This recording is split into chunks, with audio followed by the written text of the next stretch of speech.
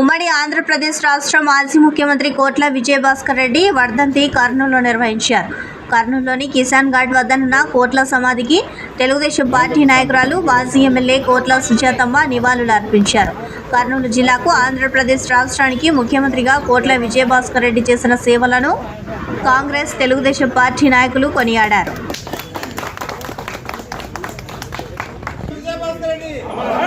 సూర్యప్రకాష్ రెడ్డి గారి నాయకత్వం సూర్యప్రకాష్ రెడ్డి గారి నాయకత్వం కోట్ల సుజాతమ్మ గారి నాయకత్వం కోట్ల సుజాతమ్మ గారి నాయకత్వం కోట్ల సుజాతమ్మ గారి నాయకత్వం కోట్ల విజయ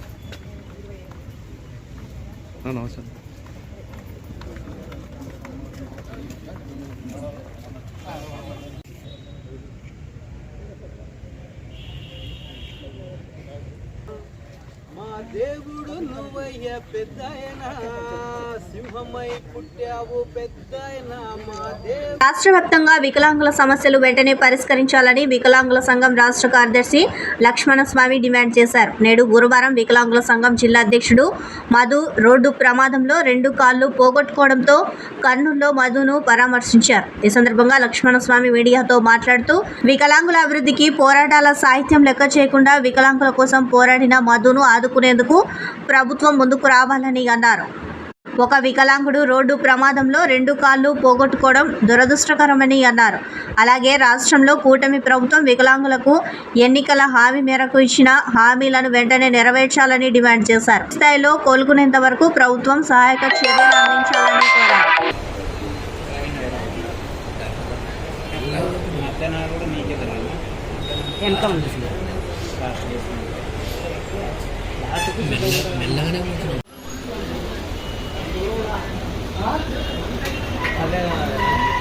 అనేది ఎందుకనగా వికలాంగుల అధ్యక్షుడు కొర్రు మధుబాబు గారు కొన్ని అనాథ కారణం వలన యాక్సిడెంట్ అయ్యి కింద పడడం జరిగినది. అతనికి 2 కాళ్ళు ఫ్యాక్చర్ కావడం వలన అతను చాలా ఇబ్బందుల్లో ఉన్నాడు. అతను తొందరగా కోలుకొని బయటికి రావాలని ఆ దేవుణ్ణి మనస్ఫూర్తిగా వేడుకుంటున్నాను. అంతేకాదు అతను మా వికలాంగులకు ఎన్నో పోరాటాలు చేశాడు. అతనిది బీద పరిస్థితి. ఎవరన్నా మన వికలాంగుల నాయకులు కానీ అధికారులు కానీ ముందుగా ఏడి మేడం మా వికలాంగుల మీద దయ ఉంచి అతను కోలుకునేంత వరకు మీరు ఆర్థిక సాయంగా చేసి మీరు నిలవాలని మా ఏడి మేడం గారిని కోరుకుంటున్నాను. అదేవిధంగా ముఖ్యమంత్రి కానీ మంత్రులు కానీ ఎవరన్నా కానీ మా వికలాంగుల మీద దయ ఉంచి ఇలాంటి బాధలు ఉన్న వాళ్ళను ప్రతి ఒక్క వికలాంగులను కూడా ఆదుకోవాలని నేను కోరుతున్నాను. ఇట్లు అదేవిధంగా మా వికలాంగుల బాధలు కూడా దండిగా ఉన్నాయి. ప్రభుత్వాన్ని 30 కేజీల బియ్యం కార్డు ఎన్నోసార్లు అడుక్కుంటున్నా కూడా ప్రభుత్వాలు ఇవ్వడం లేదు. 2016 వికలాంగుల చట్టం ఇవ్వండి అయినా కూడా ఇవ్వడం లేదు.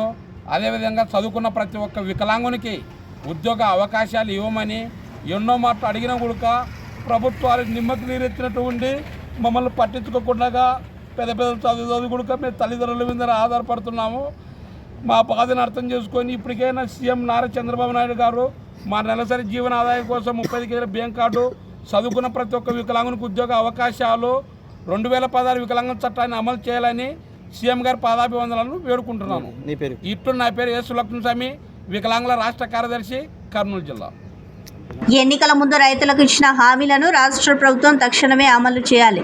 గ్రీన్కో కంపెనీ దుర్మార్గాలను అరికట్టేందుకు పంటను నాశనం చేసిన కంపెనీ యాజమాన్యంపై క్రిమినల్ కేసు నమోదు చేయాలని ఏపీ రైతు సంఘం రాష్ట్ర ప్రధాన కార్యదర్శి కె ప్రభాకర్ రెడ్డి డిమాండ్ చేశారు. ఈరోజు కార్మిక కర్షక భవన్లో కర్నూలు జిల్లా రైతు సంఘం కార్యాలయంలో ఏపీ రైతు సంఘం రాష్ట్ర ప్రధాన కార్యదర్శి కె ప్రభాకర్ రెడ్డి, జిల్లా ప్రధాన కార్యదర్శి జి రామకృష్ణలు ప్రత్యేక విలేకరుల సమావేశం నిర్వహించారు. ఈ సందర్భంగా ప్రభాకర్ రెడ్డి మాట్లాడుతూ రాష్ట్ర ప్రభుత్వం పెట్టుబడి సహాయం కింద ఇస్తామన్న 20,000 రూపాయలు ఇప్పటి వరకు ఇవ్వకపోవడం శోచనీయమని ఆయన ఆవేదన వ్యక్తం చేశారు. రైతులు, కౌలు రైతుల సమస్యలు పరిష్కరించాలని రాష్ట్ర వ్యాప్తంగా సచివాలయాలు, మండల కార్యాలయంలో ఆంధ్రప్రదేశ్ రైతు సంఘం ఆధ్వర్యంలో ఆందోళన చేశామని, 2023 ఖరీఫ్, రబీ నష్టపోయిన రైతులకు ఇన్పుట్ సబ్సిడీ రైతులను ఆదుకోవాలని ఆయన ప్రభుత్వానికి విజ్ఞప్తి చేశారు. అధిక వర్షాల వల్ల నష్టపోయిన రైతులకు బీమా పరిహారం ఇవ్వడంలో ప్రభుత్వం మీనమేషాలు లెక్క పెడుతుందని, గత సంవత్సరం ప్రీమియం చెల్లించి బీమా నష్టపరిహారం రైతులకు అందజేయాలని, కేంద్ర రాష్ట్ర ప్రభుత్వాలు సమగ్ర పంటల బీమా పథకాన్ని అమలు చేయాలని ఆయన డిమాండ్ చేశారు. రైతులకు గిట్టుబాటు ధర లేక ఉత్పత్తి ధరలు పెరిగిపోయి అప్పుల పాలై రైతుల ఆత్మహత్యలు పరంపరంగా కొనసాగుతున్నాయని, ఈ మధ్యలోనే కర్నూలు జిల్లాలో 25 సంవత్సరాలు ఉన్న యువ రైతు ఆదోని మండలం నాగలాపురం గ్రామంలో ఆత్మహత్య చేసుకున్నారని, నిలువరించేందుకు రాష్ట్ర ప్రభుత్వం తెలంగాణ, కేరళ రాష్ట్రాల మాదిరిగా 2 లక్షల వరకు రుణమాఫీ చేసి రైతుల ఆత్మహత్యలు ఆపాలని ప్రభుత్వానికి విజ్ఞప్తి చేశారు. భూములు కోల్పోయిన రైతులందరికీ న్యాయమైన నష్టపరిహారం ఇవ్వాలని ఈ సందర్భంగా ఆయన కోరారు. రైతాంగ సమస్యలు ప్రభుత్వం సానుకూలంగా పరిష్కరించకపోతే పెద్ద ఎత్తున ఆందోళన చేపడతామని ప్రభుత్వాన్ని హెచ్చరించారు. సంఘం రాష్ట్ర ప్రధాన కార్యదర్శి గారు ఈ ప్రభుత్వము రైతాంగం పట్ల అనుసరిస్తున్నటువంటి విధానాల గురించి చెప్పారు. నేను ఈ జిల్లాలో రైతాంగ సమస్యలు, రైతులు ఎదుర్కొంటున్నటువంటి సమస్యలను మీ దృష్టికి తీసుకొస్తాను. ప్రధానంగా ఏమిటంటే 2022-23లో మొత్తం శనగ పంట అంటే పప్పు శనగ పంట చేతికి వచ్చేటువంటి సందర్భంలో అకాలంగా వర్షం పడి మొత్తం కూడా ముద్ద అయిపోయి చెడిపోయినటువంటి పరిస్థితులు. సుమారుగా ఆలూరు, తర్వాత ఆస్కరి, ఈ 2 మండలాల్లో మొత్తం కూడా పంట అంతా కూడా నాశనమైపోయినటువంటి పరిస్థితి. ఆ సంవత్సరం పంట నష్టపోయిన రైతులకు నష్టపరిహారం ఇవ్వాలని చెప్పేసిన రైతులు ఆందోళన చేసినప్పటికీ ఒక్క పైసా కూడా ప్రభుత్వం నుండి ఇవ్వలేదు నష్టపరిహారం.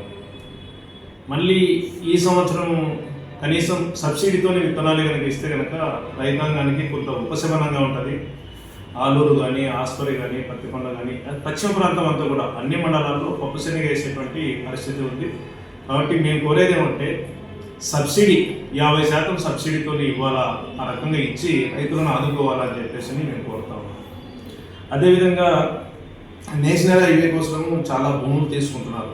ఇటు మన కర్నూలు నుంచి అమరావతికి పోయేటువంటి లైన్లో అంటే మన నూతనపల్లె, పసుపల, రుద్రవరం నుంచి గారిగేపురం వరకు భూములు తీసుకుంటున్నారు. 340C పేరుతో భూములు తీసుకుంటున్నారు. కానీ వాళ్ళకి మళ్ళా అలైన్మెంట్ మార్చేసేసి నష్టపరిహారం ఇవ్వకుండానే భూములు తీసుకుంటున్నటువంటి పరిస్థితి ఉంది.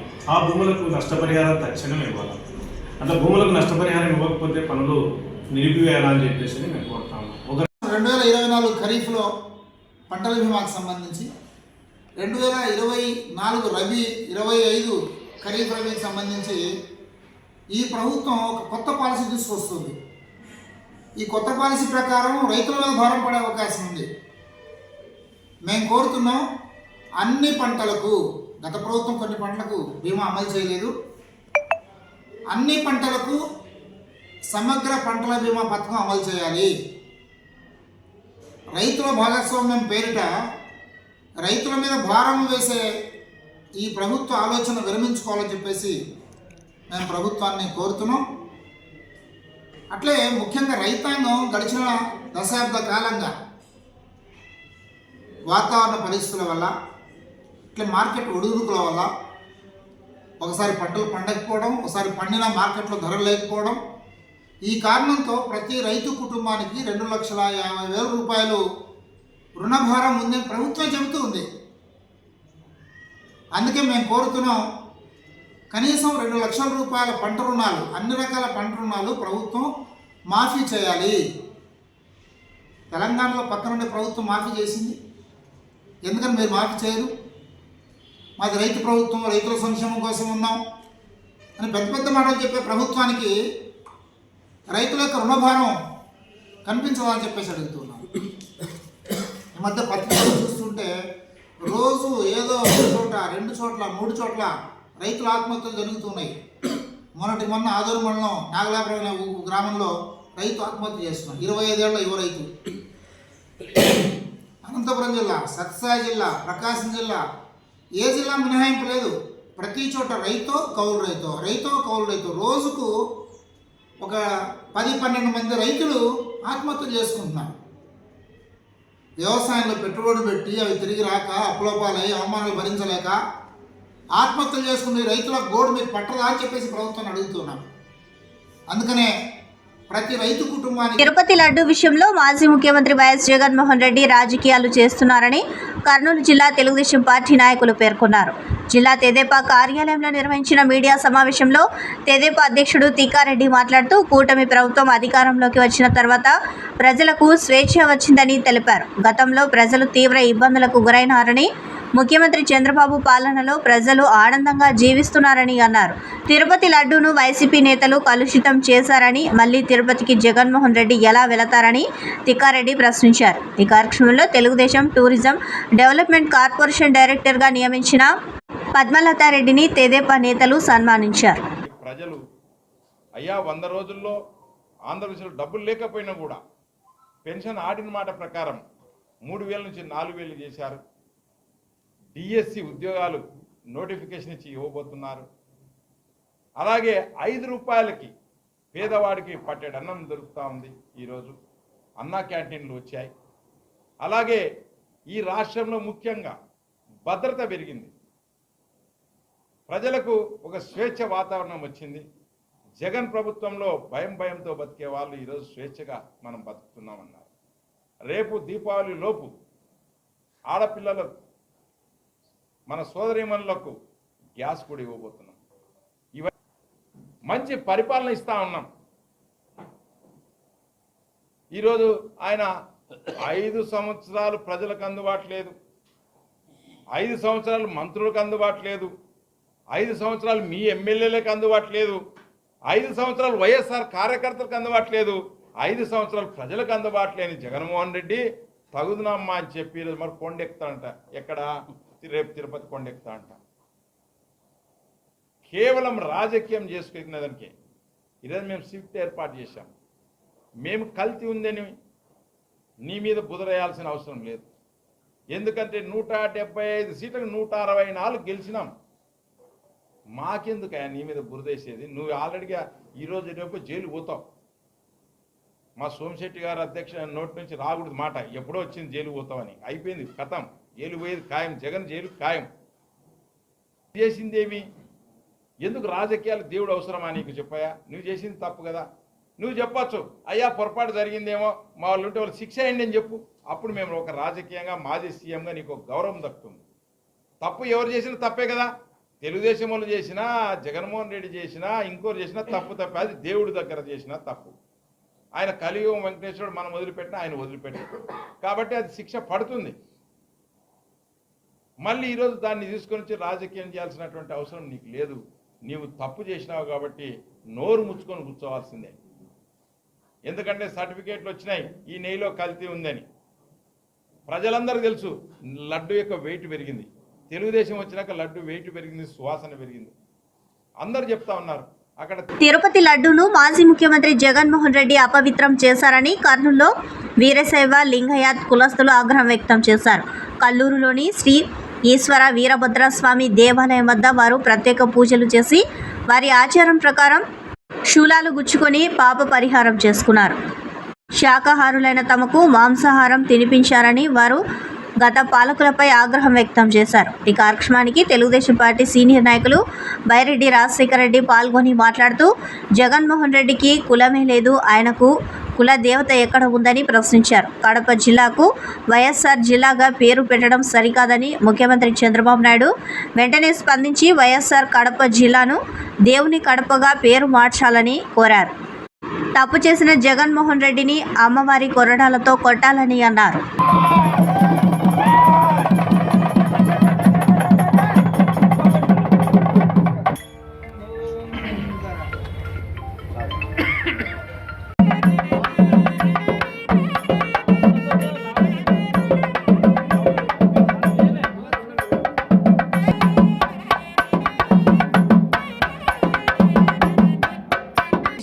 నిర్వాహకం నేను ఒకటి అడుగుతా ఉన్నా, చంద్రబాబు నాయుడు గారికి నేను అప్పీల్ చేస్తున్నా. ఇదే వీరభద్రస్వామి దేవాలయము మరి ఆవరణ నుంచి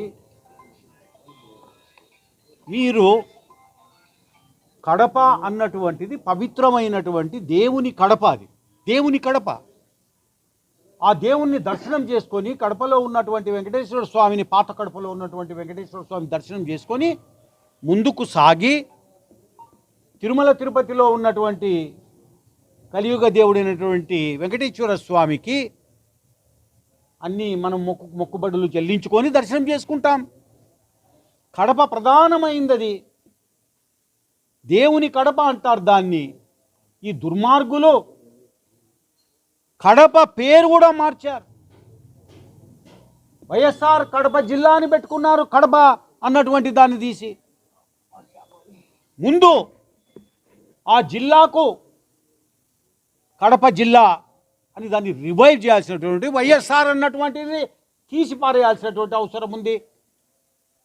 దీని మీద ఖచ్చితంగా చర్యలు తీసుకోవాలి. మొదట చేయాల్సిందదే, ఈ దుర్మార్గులకు బుద్ధి చెప్పాల్సిందదే. రేపు మళ్ళీ నంగనాసి మాదిరిగా నేనేం చేయలేదు అన్నట్టుగా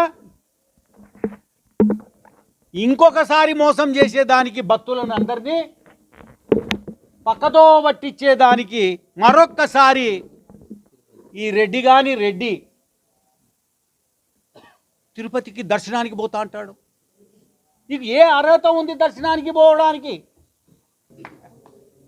సుంకులమ్మ కొరడాలతో బట్టలు ఇప్పి ఆన్నే తిరుమల తిరుపతికి దొంగ దర్శనం, అది దర్శనం కాదు, దొంగ దర్శనం. అది పబ్లిక్ను మోసం చేసే దర్శనం. అది వెంకటేశ్వర స్వామిని మామూలుగా మేము పోతే ఏదైనా మొక్కుబళ్ళు ఉంటే నిలువు దోపిడి ఇచ్చేస్తాం, ఏముంటే అది ఇచ్చేస్తాం.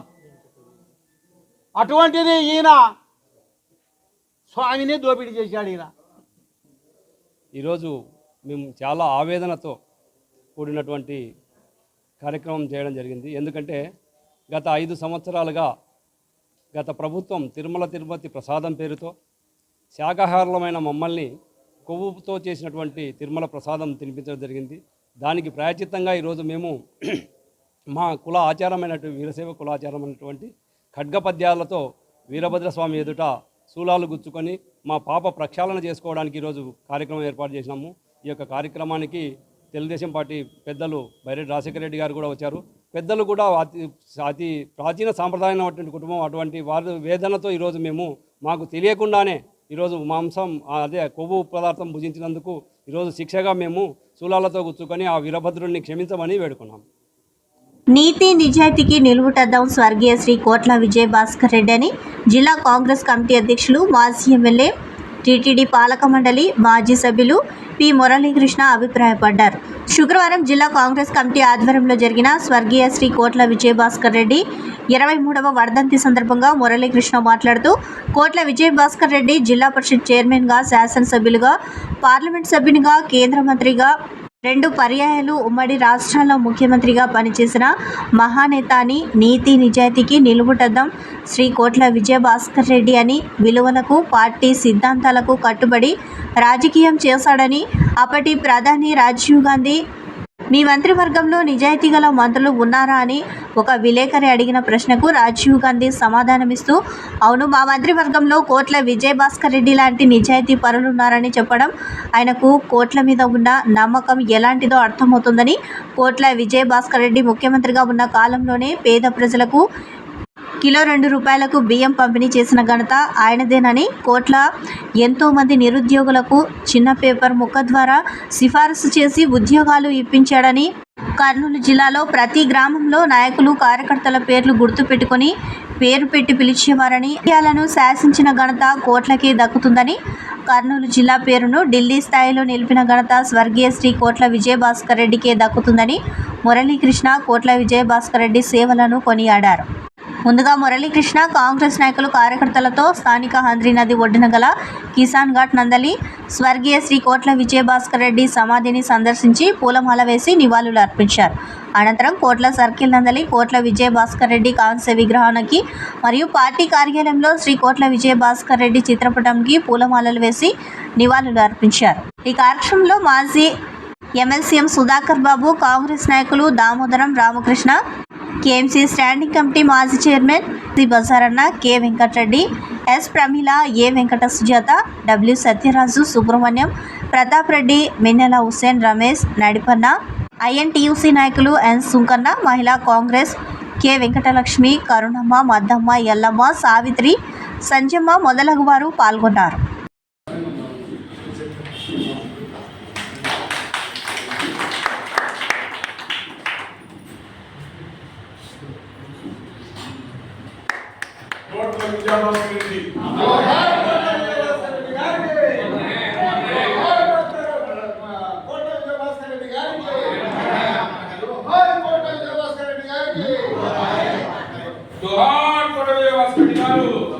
జిల్లాలో ఉన్న పర్యాటక ప్రాంతాల అభివృద్ధికి చర్యలు తీసుకోవడం జరుగుతుందని, అదేవిధంగా యువత కూడా పర్యాటక పరంగా ఉన్న ఉపాధి అవకాశాలు అందిపుచ్చుకోవాలని జాయింట్ కలెక్టర్ డాక్టర్ బి నవ్య విద్యార్థినులకు సూచించారు. శుక్రవారం ప్రపంచ పర్యాటక దినోత్సవం సందర్భంగా కేవీఆర్ ప్రభుత్వ మహిళా డిగ్రీ కళాశాలలో ఏర్పాటు చేసిన కార్యక్రమంలో జాయింట్ కలెక్టర్ డాక్టర్ బి నవ్య, జిల్లా పర్యాటక అధికారి విజయ, పర్యాటక శాఖ డివిఎం చంద్రమౌళి తదితరులు పాల్గొన్నారు. ఈ సందర్భంగా జాయింట్ కలెక్టర్ మాట్లాడుతూ భారతదేశం పర్యాటక పరంగా అభివృద్ధి చెందుతున్న దేశమని అన్నారు. ప్రభుత్వం కూడా పర్యాటక అభివృద్ధికి పెద్ద ఎత్తున కృషి చేస్తుందని అన్నారు. ఈరోజు పర్యాటక దినోత్సవంలో భాగంగా టూరిజం మరియు పీస్ అనే నినాదంతో జరుపుకోవడం జరుగుతుందని అన్నారు. గతంలో సీతంపేట ఐటీడీఓ పీఓగా పనిచేసిన సమయంలో అక్కడ ఉన్న ఒక పార్కులోని నీటి కొలను పర్యాటకానికి ఉపయోగపడేలా తీర్చిదిద్దడం జరిగిందని, ఇప్పుడు వాటిని చూడడానికి రోజు సుమారు 100 నుంచి 150 వరకు పర్యాటకులు వస్తూ ఉంటారని, వాటి నిర్వహణను కూడా స్థానిక గిరిజనులకు అప్పచెప్పడం జరిగిందని, వాటి ద్వారా వారు ఎంతో ఉపాధి పొందడం జరుగుతుందని అన్నారు. యువత కూడా పర్యాటకం పట్ల ఎక్కువ ఆసక్తితో ఉన్నారని, అందుకు కళాశాలల్లో కూడా డిప్లొమా కోర్సులు అందుబాటులో ఉన్నాయని, వాటిని యువత సద్వినియోగం చేసుకోవాలని అన్నారు. పర్యాటక పరంగా కూడా జిల్లాను అభివృద్ధి చేయడానికి కూడా చర్యలు తీసుకుంటామని తెలిపారు. సమావేశంలో కేవీఆర్ కళాశాల principal Kumar, vice principal Devika, రచయిత్రి వరలక్ష్మమ్మ, స్వతంత్ర సమరయోధుడు సర్దార్ నాగప్ప తనయుడు సర్దార్ బుచ్చిబాబు, టీజీవీ కళాక్షేత్ర అధ్యక్షుడు పత్తి ఓబులయ్య, విద్యార్థినులు, కేవీఆర్ కళాశాల సిబ్బంది తదితరులు పాల్గొన్నారు. ఇంతటితో సమాప్తం. నమస్కారం.